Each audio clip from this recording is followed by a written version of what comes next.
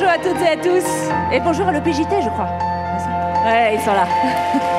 C'est bien ce que je me disais. Je suis ravie de vous accueillir aujourd'hui sur cette scène du Palais des Congrès de Tours pour la cérémonie des prix des Assises du journalisme 2025. Et pour lancer officiellement notre remise des prix, j'appelle à me rejoindre tout de suite sur scène la directrice éditoriale déléguée en charge de l'information et de la proximité, directrice du réseau ici à Radio France. Vous la voyez sur cet écran, notre présidente du jury 2025, Madame Céline Pigalle. Nous avons un micro ici, chère Madame la Présidente du jury. Je vous invite à vous en saisir. Et je vous présente rapidement d'ailleurs les dignes membres du jury. Et je prends mon élan parce qu'ils sont nombreux. Ça va être un petit peu long, mais on leur demande un tel boulot, ils le font avec un tel engagement, qu'on a vraiment envie de pouvoir tous les nommer. On va commencer par les journalistes. Frédéric Carbone, présentateur du 12-14 à France Info. Vous pouvez les applaudir. Patrick Cohen, chroniqueur à C'est à vous pour France 5. Nassira El Moadem, journaliste indépendante, chroniqueuse à Arrêt-sur-Image. Pierre Aski, chroniqueur géopolitique France Inter.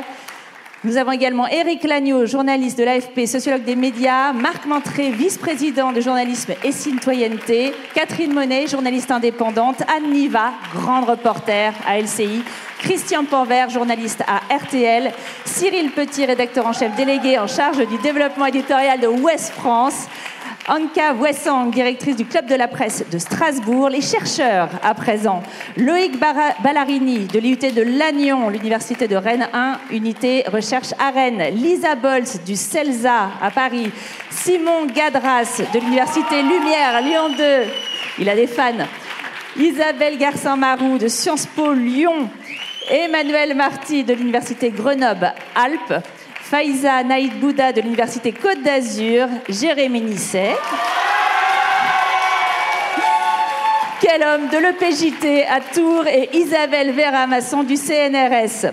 Sont également membres du jury 28 étudiants issus des 14 écoles reconnues de journalisme en France. Je n'ai pas vos noms, chers amis, mais pour que tout le monde puisse vous identifier, on va faire un petit happening. Si vous êtes d'accord, je vais compter jusqu'à 3. Vous allez crier tous « Vive l'info », ok ? 1, 2, 3. Ils sont là, c'est bien. Et que vive l'info, justement, c'est tout l'enjeu de nos assises, la raison d'être des assises du journalisme et la principale raison de cette cérémonie de remise des prix. Céline, on va causer, chère présidente. Emmenez-nous dans les coulisses.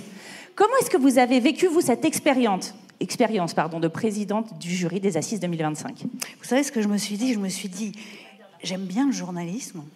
Mais surtout, j'aime bien les journalistes, en fait. C'est ça que ça m'a permis de revisiter.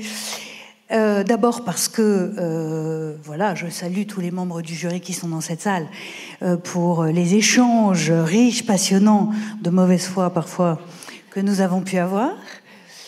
Et puis, parce que quand chacun défend son point de vue, tous les moyens sont bons.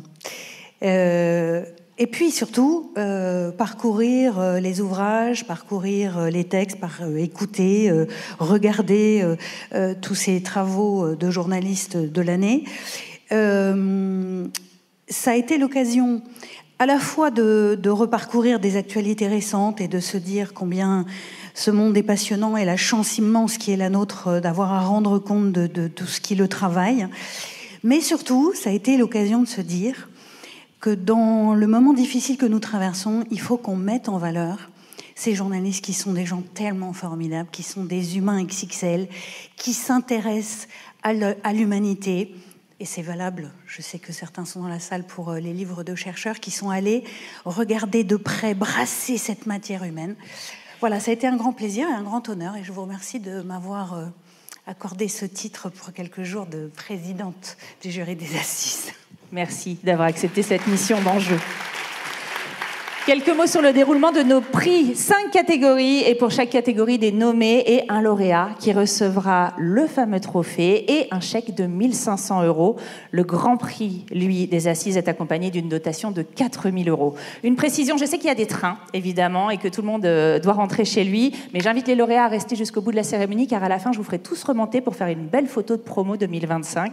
Restez donc avec nous. Madame la Présidente, avant de lancer notre cérémonie officiellement, nous avons un hommage à rendre. Absolument, un hommage à Christophe Deloire, Christophe Deloire, c'est ce journaliste qui a été pendant plus de 10 ans le secrétaire général de RSF, de Reporters sans frontières. Je pense qu'il y a peu de journalistes finalement qui n'ont pas eu, et notamment les journalistes en responsabilité dans les rédactions, qui n'ont pas eu à croiser son parcours. Pour ma part, j'ai eu 2 moments très forts avec lui. Le premier, juste après la prise de pouvoir de Vincent Bolloré au sein du groupe Canal+, et au premier moment de la première purge d'une première rédaction qui était celle d'ITélé, où il a été parmi ceux qui, les premiers, se sont inquiétés de ce qui était en train de se passer. Et à l'époque, il m'avait contacté pour essayer de comprendre un peu, puisque j'avais été directrice de la rédaction de ITélé et remerciée parmi les tout premiers. Et puis un autre moment, peut-être plus douloureux, certainement plus douloureux encore, qui a été la mort de notre journaliste en Ukraine, Frédéric Leclerc-Imhoff. Et Christophe était dans ces moments-là quelqu'un d'incroyablement présent et accompagnant, et Dieu sait si c'est difficile de traverser ces moments-là. Voilà, donc je suis heureuse d'être celle qui aujourd'hui lance cet hommage à Christophe Deloire, qui par ailleurs, au-delà des moments que j'ai pu partager avec lui, a aussi été celui qui pendant toutes ces années a défendu des journalistes en difficulté, des journalistes qu'il ne fallait pas oublier, des journalistes menacés. Et voilà, je sais que son travail se poursuit, que d'autres ont repris ce flambeau, mais je crois que c'était important pour nous tous de lui rendre cet hommage. Eh bien, merci beaucoup. C'est celle qui permet. Et je vous invite à découvrir la vidéo qui lui rend hommage. Le choix que nous avons fait à Reporters sans frontières, c'est une stratégie 360 degrés. Il faut se battre sur les questions de liberté. Je peux vous assurer qu'à quelque endroit que se trouvent les prisons, les détenus entendent le bruit que l'on peut faire. Olivier Dubois a été enlevé le 8 avril à Gao, au Mali, par un groupe de djihadistes. C'est un message adressé à Olivier Dubois, là où il est détenu.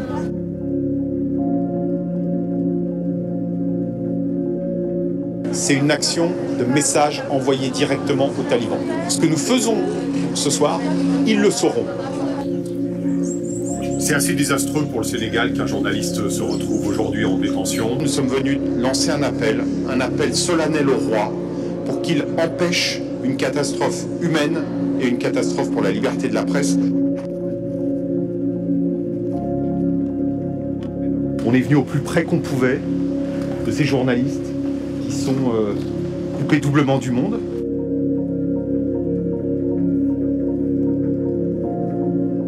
We do defend Julian Assange because he is prosecuted for his contribution to journalism. Pour la sécurité physique des journalistes. Nous devons absolument faire en sorte que le droit international soit appliqué. Cette action dénommée organe de presse, elle vise à demander la pleine lumière sur l'assassinat du journaliste Jamal Khashoggi.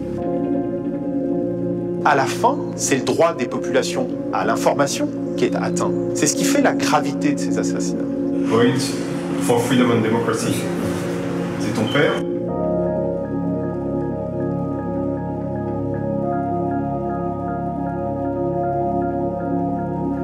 Dana Politkovskaya, cette grande journaliste russe qui a payé de sa vie ses enquêtes, son combat pour la vérité. Et lui était un homme libre, un journaliste libre. Comment imaginer pire attaque alors même que cette rédaction, Charlie Hebdo, a déjà fait l'objet de menaces? Ce concert ne pouvait pas avoir lieu à un autre endroit que Place de la République. Le soir de la tragédie à Charlie Hebdo, des milliers de personnes se sont réunies. C'est insupportable ce niveau d'exaction, de violence contre les journalistes.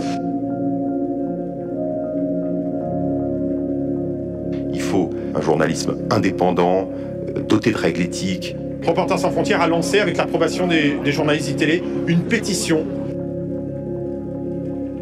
Je me souviens de ce qui s'est passé à Canal+ et ITélé lors de la prise de contrôle par Vincent Bolloré. Et donc il est important d'être là aujourd'hui pour éviter que l'histoire ne se reproduise. Nous allons ce soir défendre un journal à un moment de rupture. Nous allons ce soir nous mobiliser pour éviter un nouveau carnage dans une rédaction. Ils ont assassiné Apple Daily. Reporters sans frontières a lancé ce bus pour le droit à l'information.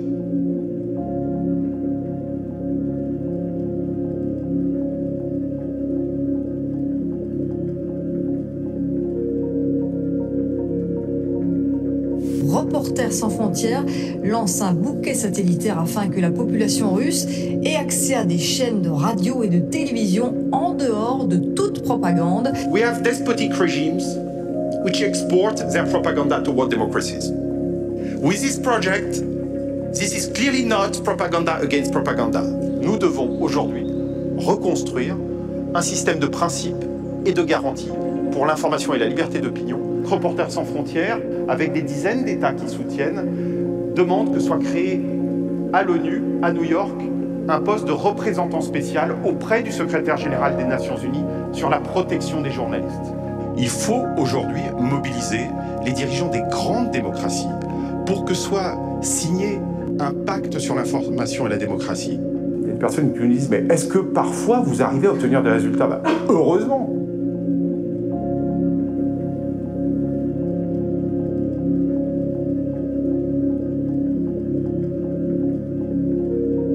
Et Dakar, jusqu'à présent, ouvrait 8 pays. Et là, ouvre l'ensemble de l'Afrique subsaharienne. Nous avons un mot d'ordre interne qui est que ça n'est pas parce qu'on tente de sauver le monde qu'on doit passer une mauvaise journée.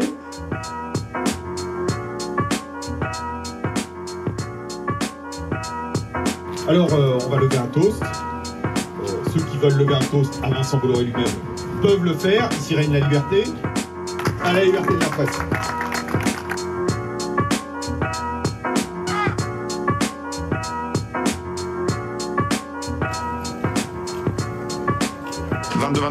Il faut que je mette tout là, comme ça. Tu vas les découvrir. You want to actively support Julian Assange? Drink Café Nero.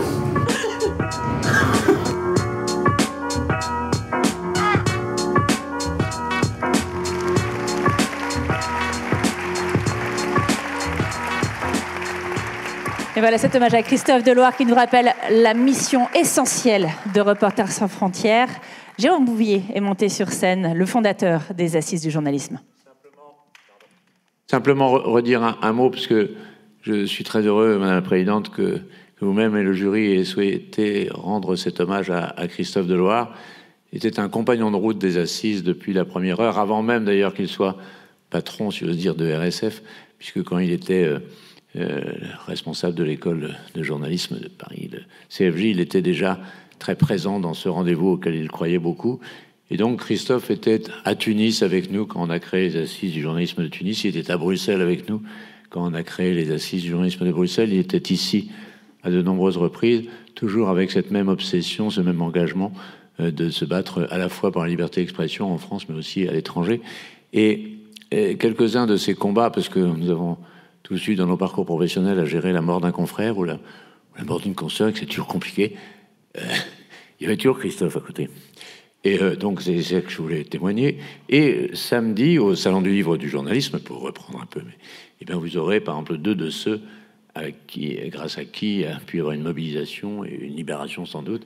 Olivier Dubois, qui présentera son livre samedi à la Bibliothèque Centrale, mais aussi Mortaza Begoudi, qui est déjà venu ici plusieurs fois et qui, après être venu ici, a été chopé par les talibans et emprisonné pendant plus d'1 an. Mortaza sera là de nouveau. Donc ceux à qui Christophe a tant consacré seront là pour aussi témoigner samedi. C'est ça que je voulais dire rapidement au nom de Journalisme et Citoyenneté, au nom du conseil d'administration, de remercier Christophe. Il se trouve que sa dernière prise de parole publique a été à l'Institut du monde arabe, où nous avions organisé le 13 février dernier, enfin pas 25 mais 24, une journée de dialogue entre les journalistes de la rive sud de Méditerranée et de la rive nord pour essayer de penser les blessures et les incompréhensions qui sont nées notamment du 7 octobre et de ce qui a suivi à Gaza. Et donc Christophe avait accepté de venir lancer un appel pour que cessent les massacres à Gaza, et notamment les massacres des journalistes à Gaza, en partenariat avec la Fédération internationale des journalistes. Ça a été, je crois, sa dernière prise de parole officielle, et nous étions convenus à ce moment-là qu'il serait présent, comme d'habitude, l'année dernière, pour présider, entre guillemets, l'agora des assises sur les EGI, ces fameux états généraux de l'information qu'il a portés sur les fonds baptismaux, qui ont peut-être été encore plus vigoureux s'ils n'avaient pas disparu. Et il se trouve que quelques jours avant, Christophe m'a fait savoir qu'il ne pourrait pas venir parce que ce qu'il n'attribuait pas encore à des soucis de santé ces soucis qui l'ont emporté si rapidement, lui rendait impossible d'être présent parmi nous, et donc nous n'avons plus revu Christophe. Et c'est pour nous une grande déchirure, un grand manque. Voilà, je voulais simplement dire, au nom de Journalisme et Citoyenneté, de son conseil d'administration, de Marie-Laure Augry, de Marc Maintré, ici présent, de tout le bureau, à quel point il nous manque, et à quel point Thibaut Brutin, qui était hier ici aux Assises et qui était à Bruxelles aussi, et qui reprend ce fanion et ce combat, et qui succède à Christophe, eh bien, nous lui accordons toute notre confiance pour poursuivre ce combat essentiel. Voilà, merci. Merci infiniment, Jérôme Bouvier.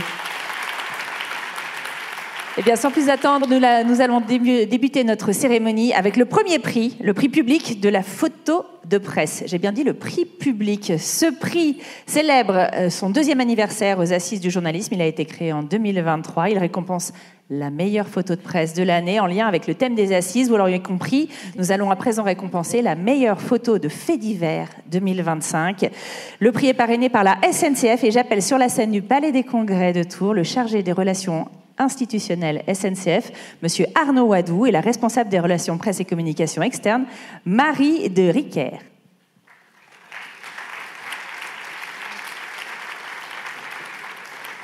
Merci de nous rejoindre tous les deux. Découvrons ensemble les 5 photos sélectionnées par le comité de présélection, composé de professionnels de l'information régionaux et soumis donc au vote du public. L'étincelle du mouvement des agriculteurs, paru dans Paris Match, par Pat Bâtard, agence Hans Lucas.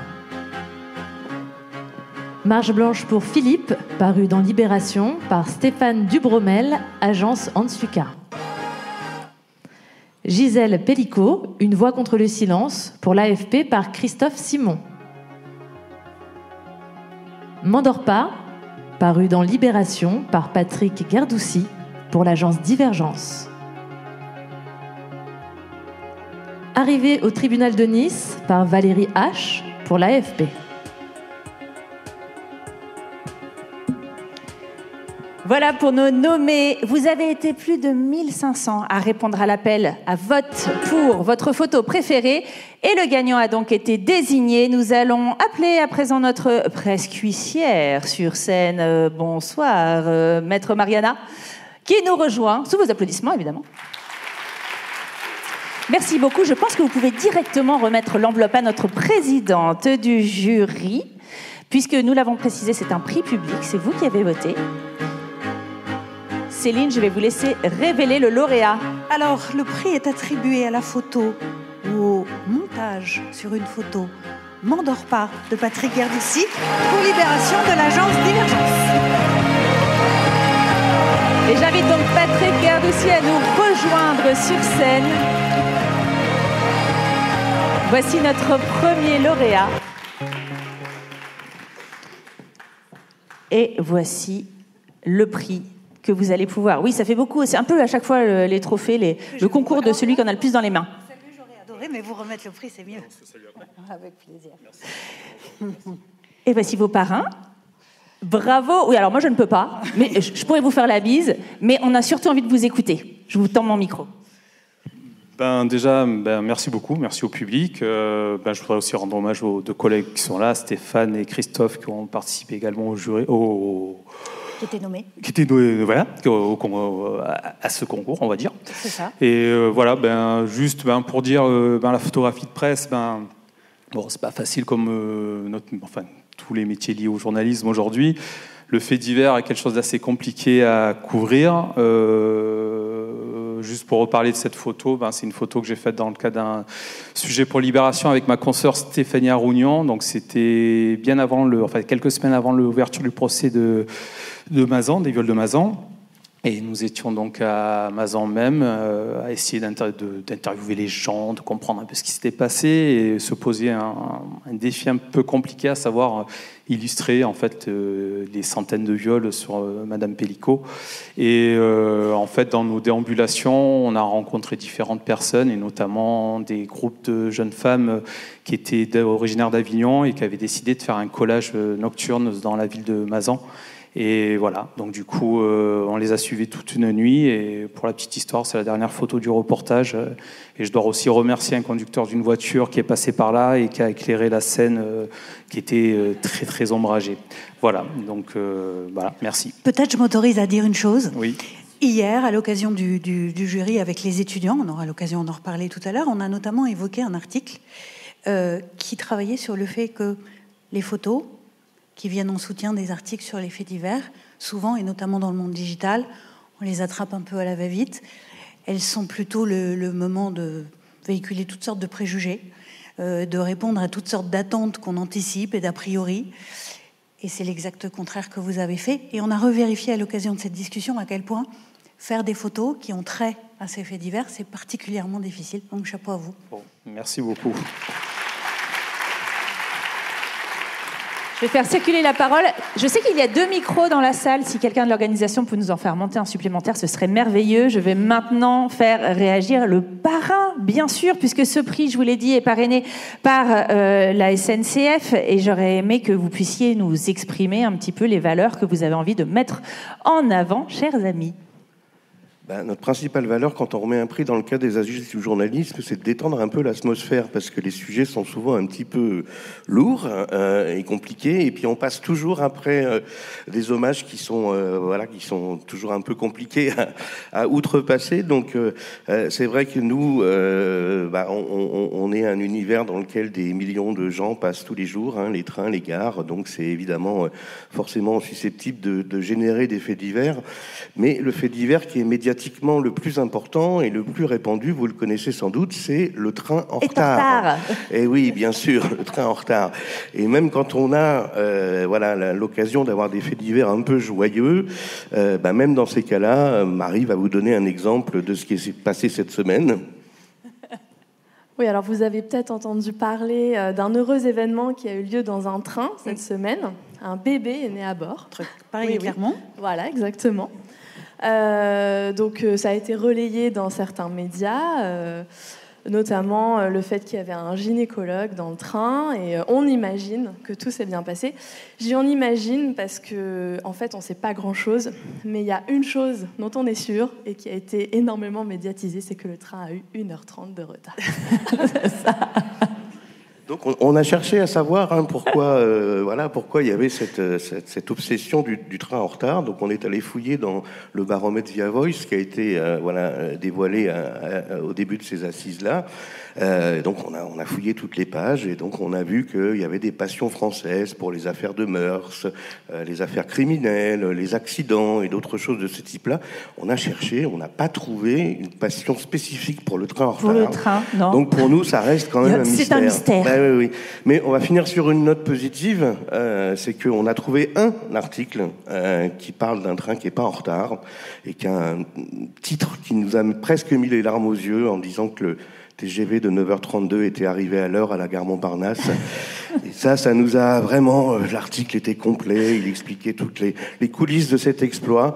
Et on voulait rendre hommage à cet article et à cet organe de presse, et bien évidemment le Gorafi. Merci beaucoup et félicitations pour la photo. Et c'est toujours un plaisir de retrouver votre duo sur notre scène. Merci et félicitations à notre premier lauréat. Nous allons maintenant passer... Ah non, monsieur, attendez, faites comme si j'avais rien dit. Ne partez pas, cher lauréat, cher parrain. Regardez, qu'est-ce qu'on a oublié? Vous savez ce qu'on a oublié? La photo. Il faut la photo, bien sûr. Dorénavant, vous le saurez, chers amis lauréats et chers amis parrains que je vais inviter à monter sur scène à l'issue des remerciements. Il y a bien entendu un petit passage obligé par la photo pour immortaliser le moment, surtout pour la photo de presse.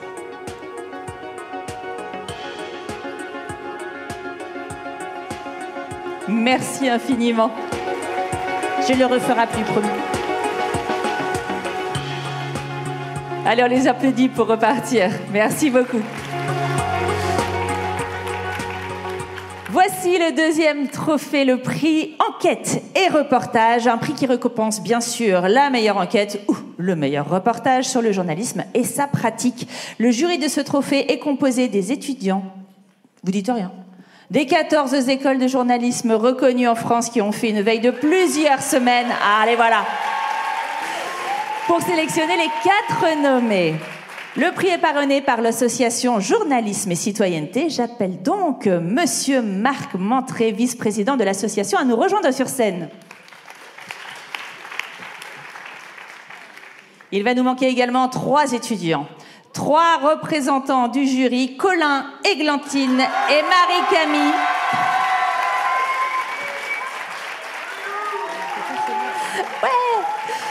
De l'EPJT et l'IUT de Lannion. Bienvenue, chers amis. Nous sommes au complet, nous allons maintenant découvrir les nommés. Je ne le fais pas seulement pour moi, les révélations d'un ex-propagandiste sur les secrets de la désinformation russe en Centrafrique, de Léa Perruchon pour Forbidden Story. Dictionnaire amoureux du journalisme de Caroline Fontaine pour France Télévisions. Ce que révèlent 5 années de traitement médiatique des violences sexistes et sexuelles de Camille Pétinéo pour l'INA. La photo de fait divers, un travail d'équilibriste d'Isabelle Borde pour Arrêt sur Image.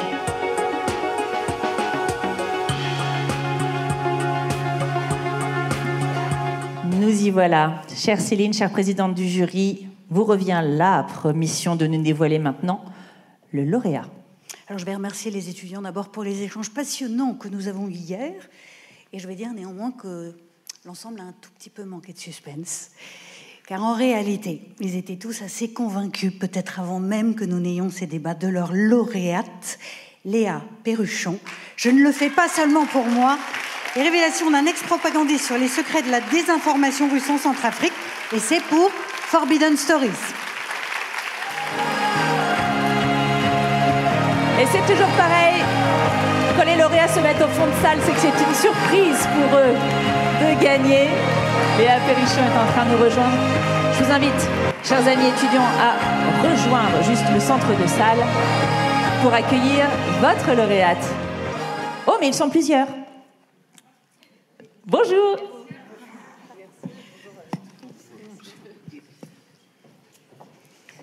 Et tout le monde s'embrasse pendant ce temps. Regardez. Félicitations à vous. Merci. Bienvenue sur notre scène. Merci. Merci beaucoup pour ce prix. Déjà pour la nomination et puis bravo aux autres nommés. J'avoue qu'on s'y attendait pas du tout quand j'ai reçu le message la semaine dernière pour nous dire qu'on était nommés sur cette enquête. C'est une enquête qui a duré plus de 2 ans. Entre le moment où on l'a commencé et le moment où on l'a terminé, ça a été beaucoup de travail, et notamment pour mettre en sécurité, je sais que vous avez parlé lanceur d'alerte hier, je crois, pour mettre en sécurité Efrem, cette source qui a parlé dans cette enquête. C'est une enquête qui a été republiée qui a été publiée par 10 médias, un travail collaboratif comme on fait toujours à Forbidden Stories.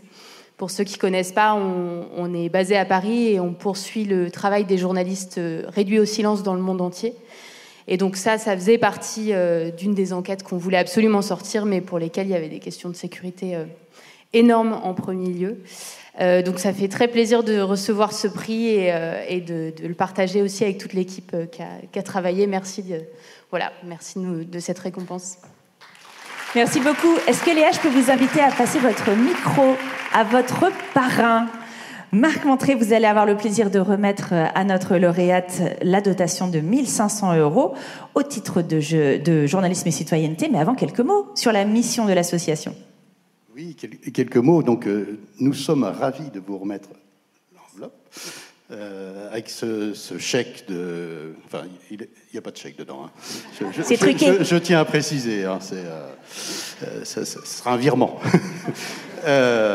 Donc, de la part de journalistes et citoyenneté, en plus pour le prix enquête et reportage.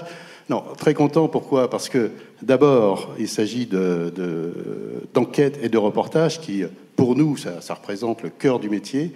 En plus, c'est Forbidden Story, qui est quelque chose, une aventure incroyable. Et là, on voit qu'elle continue. On voit que des enquêtes intéressantes continuent d'être publiées, travaillées, etc., etc. Et donc, du coup, C'est quelque chose qui permet aux citoyens d'être bien informés. Donc, le journaliste de citoyenneté est ravi de vous remettre ce prix. Merci beaucoup. Et je vais... Oui, on peut l'applaudir, effectivement. Je vais moi-même passer mon micro à nos jeunes étudiants. Qui va s'exprimer ? On va tous s'exprimer.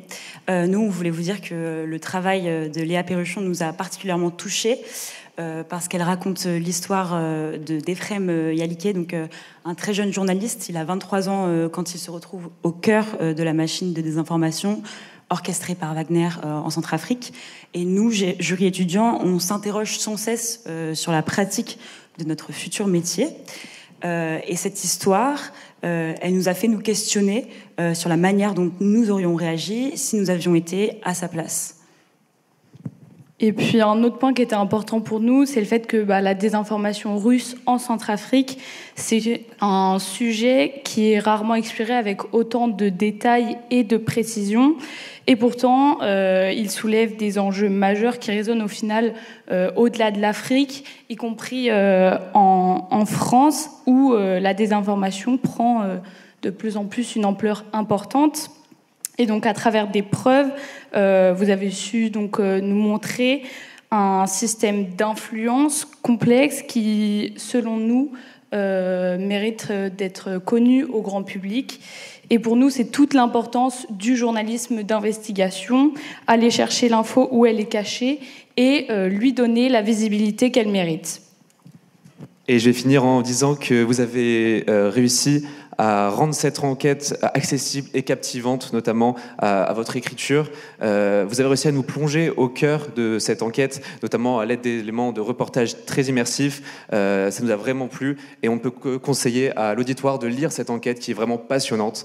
Donc avec cette enquête, Léa Perruchon, vous rappelez le rôle essentiel du journalisme qui est de révéler, expliquer, qui est de nous immerger au cœur des réalités parfois invisibles. Et c'est pourquoi nous, jury étudiants, sommes très fiers de vous décerner ce soir ce prix. Eh bien, je pense que votre petit passager ou passagère est bombardé d'ondes positives. Ça doit être super. Bravo encore à vous. Je vais vous inviter maintenant à passer à l'espace photo. Ah oui, bien sûr. Allez-y tous. Bravo et félicitations encore, Léa.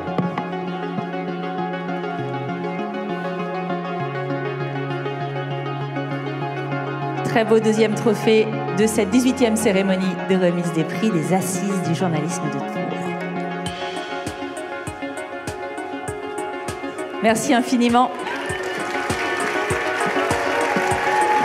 Merci beaucoup. Passons ensuite à notre troisième prix, le prix du livre de recherche sur le journalisme. Ce prix récompense, est-il besoin de le préciser, le meilleur livre de recherche sur le journalisme et sa pratique. Il est parrainé par Tours Métropole Val-de-Loire et c'est donc monsieur Cédric de Oliveira, vice-président délégué aux équipements culturels, à la communication et maire de Fondette, que j'invite à nous rejoindre sur scène. Bonjour. Merci d'être avec nous aujourd'hui. Bienvenue sur notre scène. Nous allons découvrir ensemble les nommés. Christian Delporte pour Femmes Reporters, l'histoire du grand reportage par les pionnières du genre, édition Duno. Pascal Froissart pour l'invention du fact-checking, édition Presse universitaire de France. Laurence Leveneur-Martel pour Mythes et réalités de la télévision sociale, chaîne de télévision et réseaux sociaux, édition INA. Sébastien Mort pour Ondes de choc, histoire médiatique et politique de la radio conservatrice aux États-Unis, édition de l'Université de Bruxelles.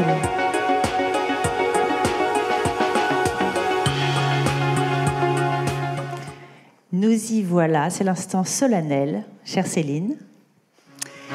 Et je dois dire que pour ce prix-là, les débats ont été un tout petit peu plus serrés. Pourquoi ? Parce que, on l'a vu, les chercheurs, les auteurs de ces livres de recherche sont entrés en résonance avec l'actualité, avec ce que nous vivons, et peut-être que plusieurs de ces ouvrages auraient pu recevoir le prix. Néanmoins, il fallait en choisir un. Et je vais donc vous révéler le lauréat de ce prix, qui est Sébastien More pour Onde de choc, histoire médiatique et politique de la radio conservatrice aux États-Unis, édition de l'Université de Bruxelles. Bienvenue à notre lauréat. Bravo. La présidente du jury vous accueille et va officiellement vous remettre votre trophée.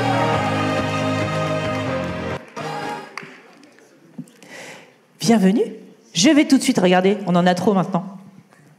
Je vais tout de suite vous donner votre micro. Merci beaucoup. Écoutez, je suis infiniment heureux et touché de recevoir ce prix. J'ai pris un plaisir immense à écrire ce livre, qui a été un processus de très longue haleine, et je suis ravi qu'il ait plu au jury.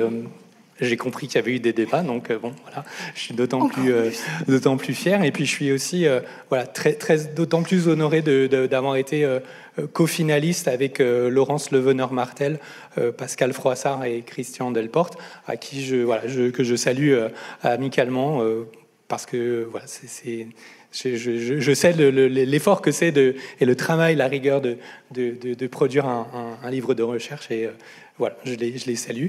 Et puis merci aux Assises, d'associer les chercheurs et les chercheuses. C'est important de créer des ponts, c'est absolument essentiel de créer des ponts entre les professionnels du journalisme et les universitaires.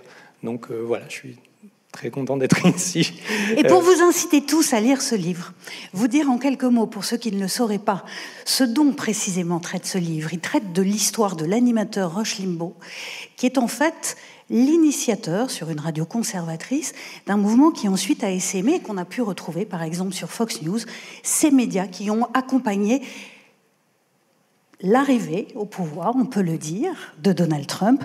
Je veux juste vous lire quelques phrases que j'ai trouvées et qui rendent compte de ce qu'est ce travail de recherche et de ce qu'est ce livre. Les médias conservateurs utilisent depuis les années 80 et surtout 90 la stratégie de la confusion, la stratégie du déni en cas de défaite, du média bashing, du dédain pour les institutions démocratiques. Et là, il y a un exemple, comme l'appel à saturer le service téléphonique pour signaler des irrégularités dans le vote, ou la campagne pour déstabiliser les primaires démocrates. Bref, une stratégie du chaos tout à fait assumée. Bien sûr, tout cela ne vous rappelle rien. Rien du tout.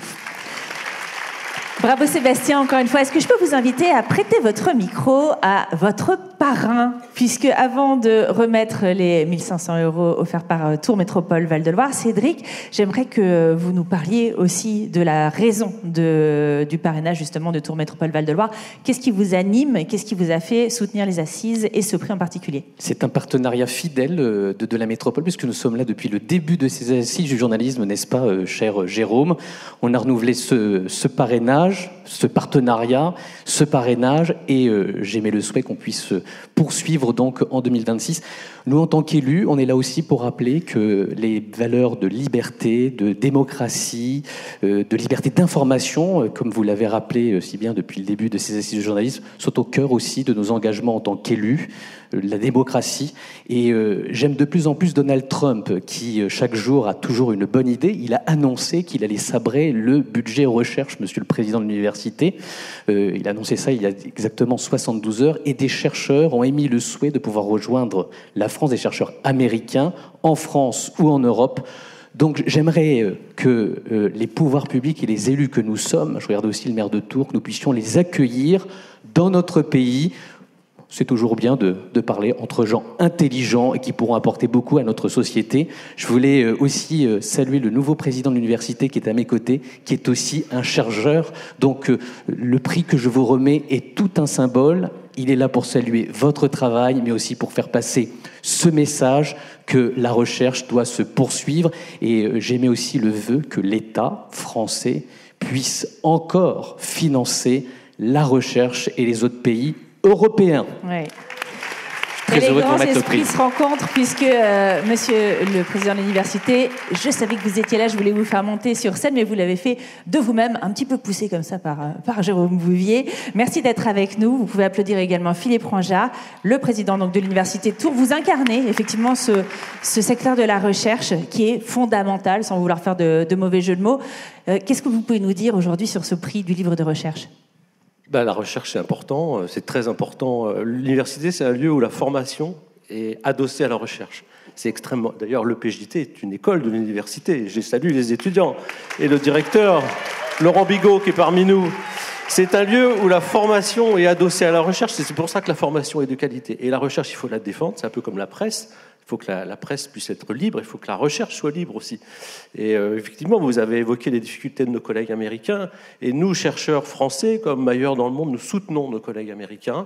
Nous avions vendredi dernier un événement qu'on a appelé Stand Up for Science, où on s'est réunis, chercheurs, dans différentes universités en France, et à Tours en particulier, on était assez nombreux d'ailleurs réunis.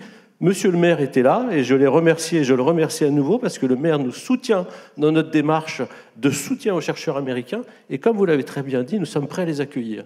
Pour peu qu'on nous aide, un petit peu financièrement, parce que les universités, vous le savez, c'est un petit peu en difficulté financière, mais si on nous aide, si les collectivités nous aident, si le ministère nous aide, on accueillera volontiers nos collègues américains qui sont en difficulté pour venir faire des recherches avec nous. Voilà. Merci beaucoup. Oui, c'est pas tout de suite que la présidente va pouvoir boire un coup. Je vais m'occuper de vous ouvrir votre bouteille pendant que vous allez tous passer sur l'espace photo. Félicitations encore à notre lauréat. Bravo à vous. C'est la photo finish. Regardez, je fais tout en même temps.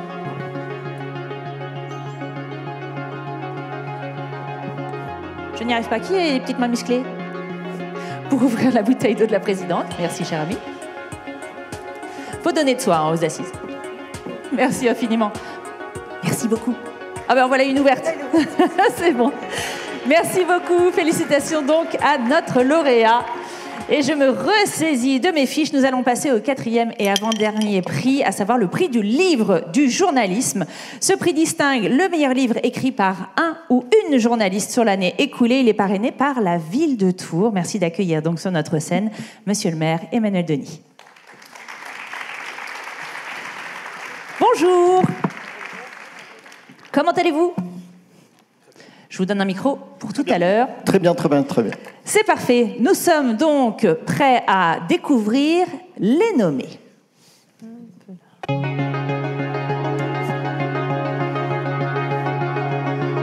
Maryse Burgot pour Loin de chez moi, édition Fayard. Charlotte Chaffanjon pour Deux frères, aux éditions Les Arènes. Vincent Jarousseau pour Dans les âmes et les urnes, édition Les Arènes. Inès Léraud-Pierre Vanov pour Champ de bataille, la revue dessinée, aux éditions Delcourt.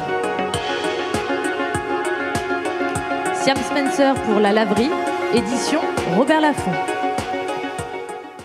Vous remettez bien sûr les trucs dans l'ordre, pas de problème. Merci Marie.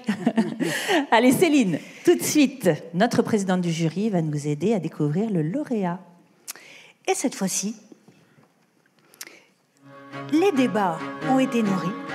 Nous avons été très heureux de lire tous ces ouvrages et néanmoins, Siam Spencer a décroché ce prix avec un grand consensus de nous tous. Bravo Siam.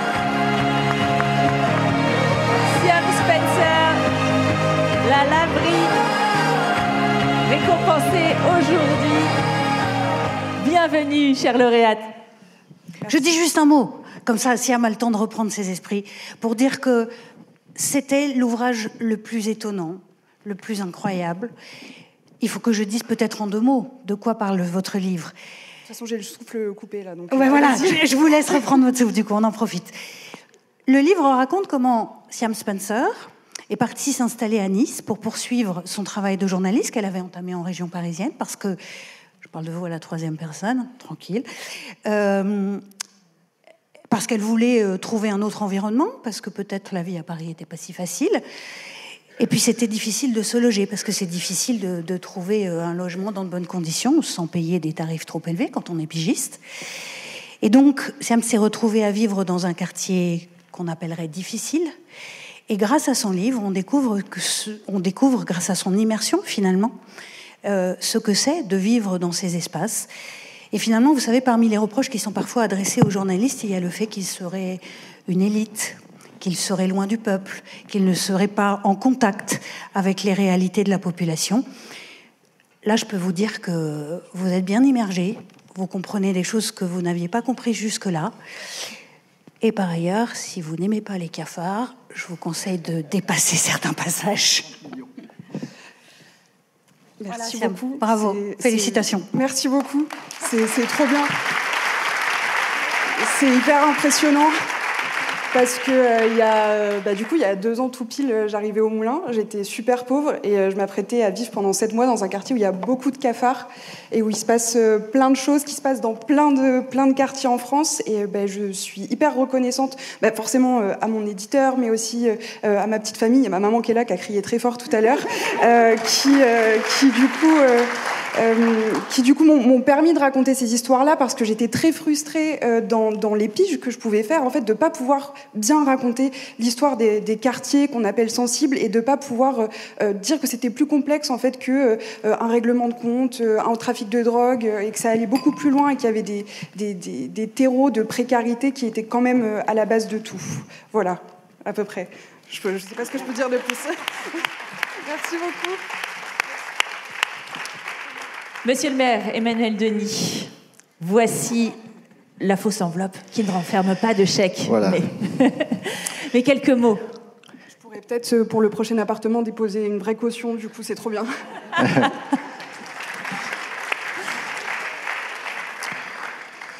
J'ai mon anti-sèche, moi aussi, comme les étudiants. Parce que moi aussi, j'en ai j'ai plein de choses à dire. Je suis très heureux d'être là parmi vous ce soir. D'abord, je voudrais rendre hommage, bien sûr, à Jérôme Bouvier et à Marie-Laure Augry pour l'organisation de ces assises. Année après année, la ville de Tours est partenaire et on continuera à être partenaire de ce moment très important, parce que c'est important de prendre le temps de décortiquer les choses, de comprendre les choses, de prendre du recul sur ces événements et sur le journalisme en particulier. Un journalisme, vous l'avez dit, qui est menacé. Ça a été dit par le président de l'Arcom. Je lui souhaite bon courage parce qu'il y a du boulot. Et vous l'avez dit aussi, moi j'ai envie d'émettre un souhait, puisqu'on vient de voir Sébastien Maure qui a reçu un prix extrêmement important aussi sur un autre sujet très important, mais je vais parler du narcotrafic après.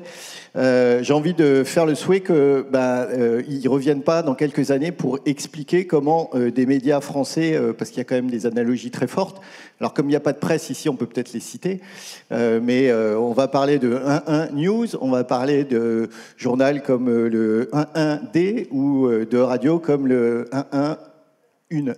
Bon voilà, donc vous avez tout ça en tête, mais je pense que cette désinformation et cette prise en main de certains milliardaires de la presse locale, c'est un vrai sujet, et j'espère que dans quelques années, donc, il ne viendra pas expliquer comment ces médias ont participé à l'ascension de l'extrême droite ici en France. Première chose. Alors, bravo Siam Spencer pour me permettre, pour votre enquête, et puis me permettre de parler un peu du narcotrafic. Parce que, alors d'abord un constat, parce que c'était à Nice, et Nice, où un maire se revendique d'être hyper sécuritaire, malheureusement, ça ne suffit pas pour toucher les vrais ressorts du narcotrafic, et donc tout estrosi qu'il est avec sa vidéosurveillance et sa volonté toujours réaffirmée d'avoir des polices toujours plus répressives, ça ne suffit pas. Donc ça, c'est le premier constat. Après, je voudrais vous dire merci et bravo pour avoir parlé ça a été évoqué par Madame la Présidente, de l'humanité qu'il y a dans ces quartiers. On a aussi à Tours, comme partout, dans toutes les villes de France, des quartiers où il y a du narcotrafic, où il y a du trafic. C'est une vraie réalité ici en France.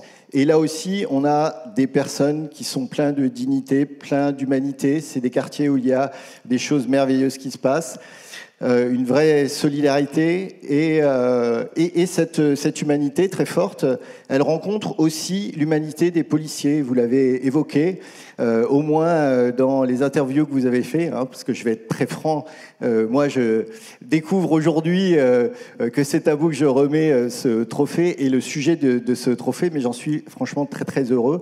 Donc j'ai eu le temps, quand même, on a laissé un petit peu le temps de préparer ce que je devais dire. Et donc j'ai regardé quelques interviews et vous avez raison, il y a aussi une humanité très forte chez certains policiers qui n'ont juste pas les moyens d'attaquer et de résoudre ces problèmes de narcotrafic, parce que les vraies solutions, et là aussi je rejoins complètement votre propos dans les interviews, vous parlez de prévention, et quand je parle de ma doctrine de sécurité et de maintien de l'ordre dans la ville, je parle toujours de ce qui est de ce qu'on ne voit pas, c'est-à-dire la prévention, c'est-à-dire l'éducation, c'est-à-dire la culture, c'est-à-dire l'égalité des chances rétablie dans les quartiers.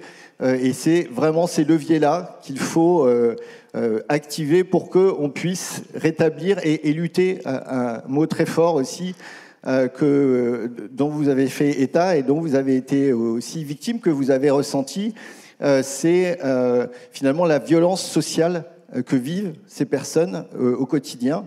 Et cette violence sociale, pour lutter contre, et donc pour lutter contre le narcotrafic, il faudra remettre plus d'éducation, plus de culture, plus d'égalité des chances et plus d'emplois, bien sûr. C'est ce qu'on essaye de faire ici modestement à Tours, mais bien sûr, on n'a pas suffisamment d'aide là-dessus.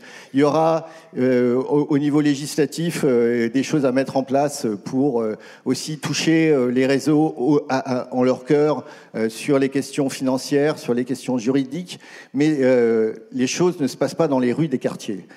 C'est vraiment à d'autres niveaux qu'il faut agir pour ça. Donc des leviers législatifs, mais aussi des leviers extrêmement forts autour de l'éducation. Et c'est de la prévention, vous avez raison. Et c'est comme ça qu'on s'en sortira. Mais il faudrait que les uns et les autres comprennent ça. Alors un grand merci pour votre travail, pour votre enquête, pour avoir mis en lumière toute cette humanité que l'on trouve dans les quartiers de nos villes, que l'on trouve à Nice comme à Tours. Merci infiniment et bravo. Merci beaucoup. Bravo encore à vous, Siam Spencer. Oui, effectivement, vous avez tout compris. Vous passez à l'espace photo avec votre parrain, monsieur le maire de Tours. Voici donc notre 4e et avant-dernier prix, Siam Spencer pour La Laverie aux éditions Robert Laffont. Et là, maman, je suis sûre qu'elle a trop envie d'être sur la photo ou d'en prendre. Non. On vous les enverra. Merci beaucoup. Et encore bravo. Merci beaucoup. 5e prix et dernier, le Grand Prix du journalisme Michel Léridon. Le Grand Prix du journalisme des Assises distingue le ou la journaliste, le média, le collectif ou l'action éditoriale qui a le mieux honoré les valeurs du journalisme lors de l'année écoulée. Le Grand Prix du journalisme porte depuis 2021, année de sa disparition, le nom de Michel Léridon, première femme directrice de l'information de l'AFP, puis conseillère à l'ARCOM, ex-CSA. Michel Léridon menait avec exigence et une énorme bienveillance les combats qui sont si chers à nos assises, la diversité, la parité dans les rédactions et le traitement de l'information, l'éducation aux médias et à l'information, etc., etc. Ce prix est parrainé par le CFC. Merci d'accueillir, pour le remettre, Antoine Closs.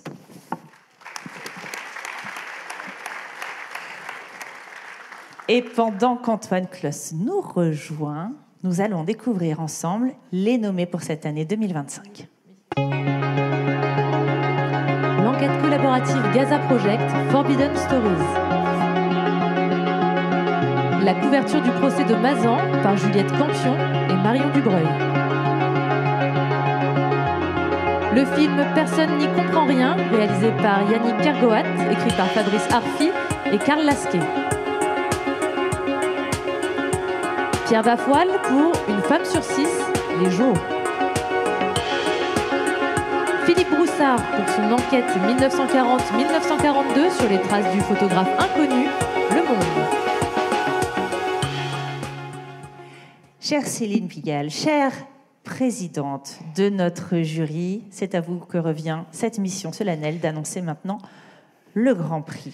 Voilà des débats qui ont été animés parce qu'il y avait la force des sujets, parce qu'il y avait la force du traitement, parce qu'il y avait la difficulté à départager de grands journalistes qui ont travaillé cette année.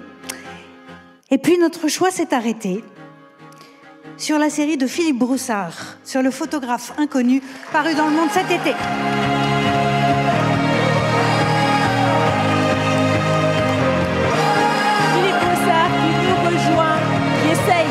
De nous rejoindre. Vous êtes passé. Ah ben voilà. Voilà. Bonsoir Philippe. Quelle légèreté. Bienvenue sur notre scène. Enchantée. Je voudrais vous raconter comment j'ai lu la série de Philippe Broussard. J'étais au Mexique cet été. J'étais un petit peu dans le décalage horaire. Et il m'est arrivé de me réveiller la nuit pour vérifier si l'épisode suivant était arrivé. Voilà. C'est un article, une série parfaitement inattendue. Peut-être vous pourrez nous dire quelques mots sur la façon dont tout ça a démarré. L'histoire d'un photographe qui prend des images durant l'occupation, notamment des soldats allemands, chose parfaitement interdite. Et tout le travail de Philippe Broussard a consisté à, j'allais m'autoriser à dire Philippe comme j'ai dit Siam tout à l'heure, ça serait équitable, à essayer de reconstituer son histoire, son parcours et à comprendre ce qu'était sa démarche. Et vous voyez, on est à la fois dans quelque chose de minuscule et d'immense, un magnifique travail de photojournaliste finalement, auquel vous rendez hommage. Merci beaucoup, je suis vraiment très honoré, très, très ému aussi, parce que vous l'avez compris, c'est une histoire qui me tient fortement à cœur. Si vous le permettez, pour ceux qui n'ont pas lu les articles, et j'imagine qu'il y en a beaucoup, je vais vous raconter comment tout a commencé, parce que c'est important. Ça commence à l'été 2020. Une amie qui s'appelle Stéphanie Collot, dont la grande passion dans la vie est de collectionner les photos qu'elle trouve sur les brocantes et autres vide-greniers, les albums d'autrefois, hein, en noir et blanc avec les petites photos crénelées. Stéphanie m'appelle et me dit, voilà, dans le sud de la France, à Barjac, sur une brocante, j'ai trouvé un objet absolument extraordinaire, un album, 377 photos en noir et blanc, prises à Paris entre juin 40 et l'été 42.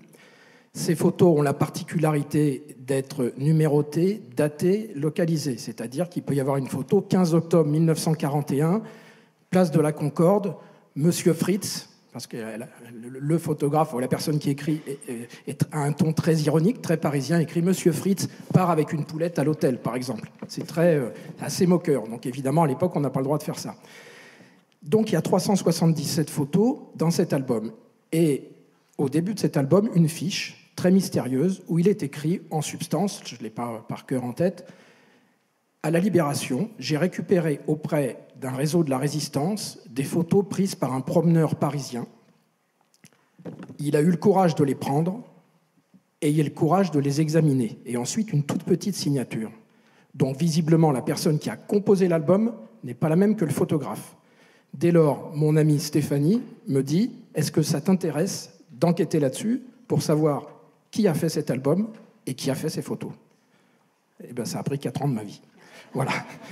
Et ce n'est pas terminé, je vais terminer là-dessus. Ce n'est pas terminé parce que cette histoire, je vous l'ai dit, prenait beaucoup de place dans ma vie, elle continue.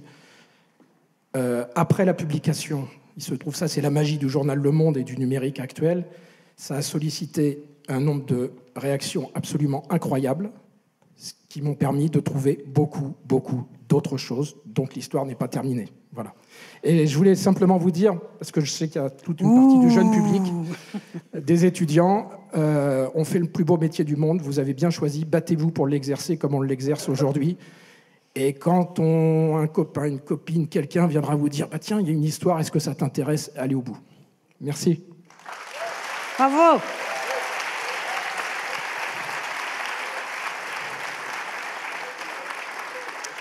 Je voulais vous dire aussi que je trouvais formidable qu'à l'issue de tout ça, on donne le prix à Siam Spencer, qui est une jeune femme journaliste, et qu'on donne un autre prix à Philippe Broussard, qui est un homme plus expérimenté, qui a vécu c'est une longue... C'est gentiment dit, merci. Mais 40 ans de carte de presse cette année. Voilà, et quelques cheveux blancs. Exactement.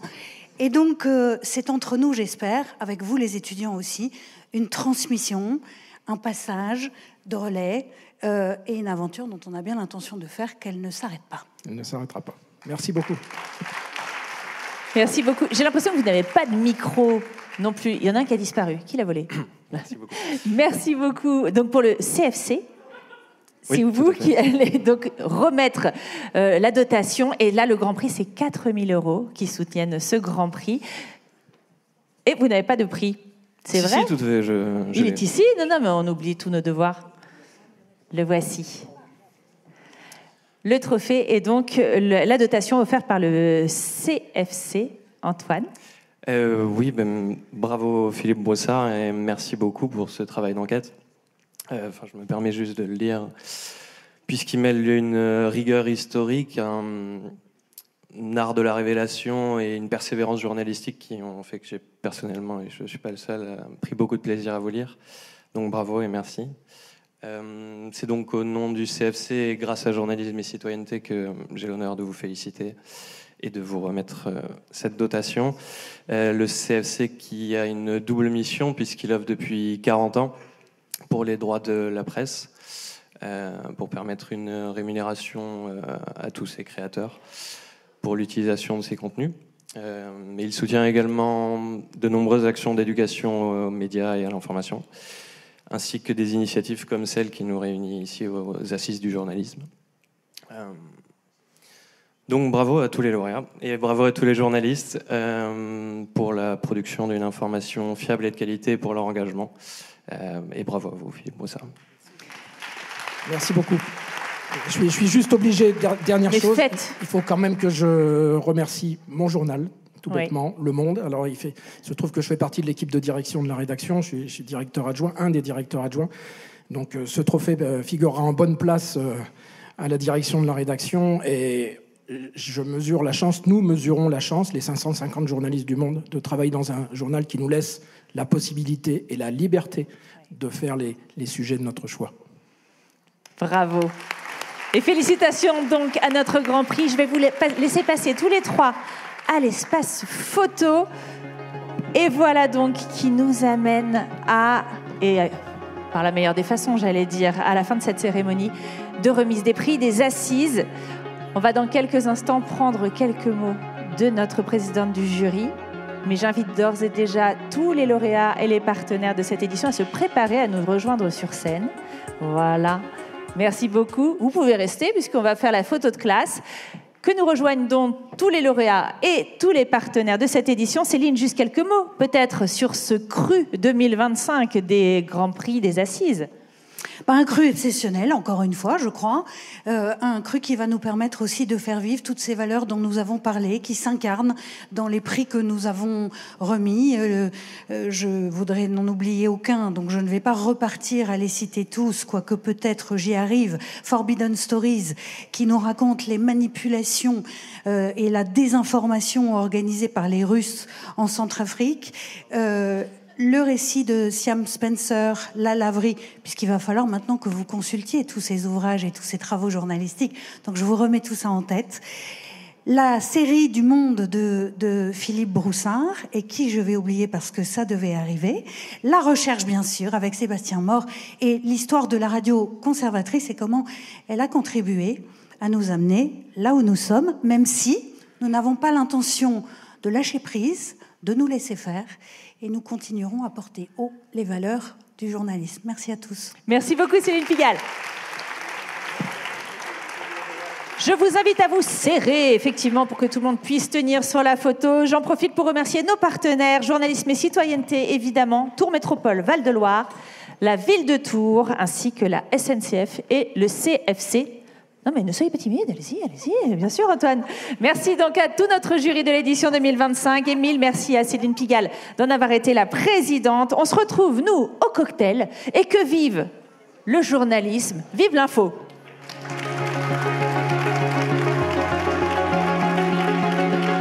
Et rendez-vous le 7 avril 2026 pour les prochaines assises, les 19e assises.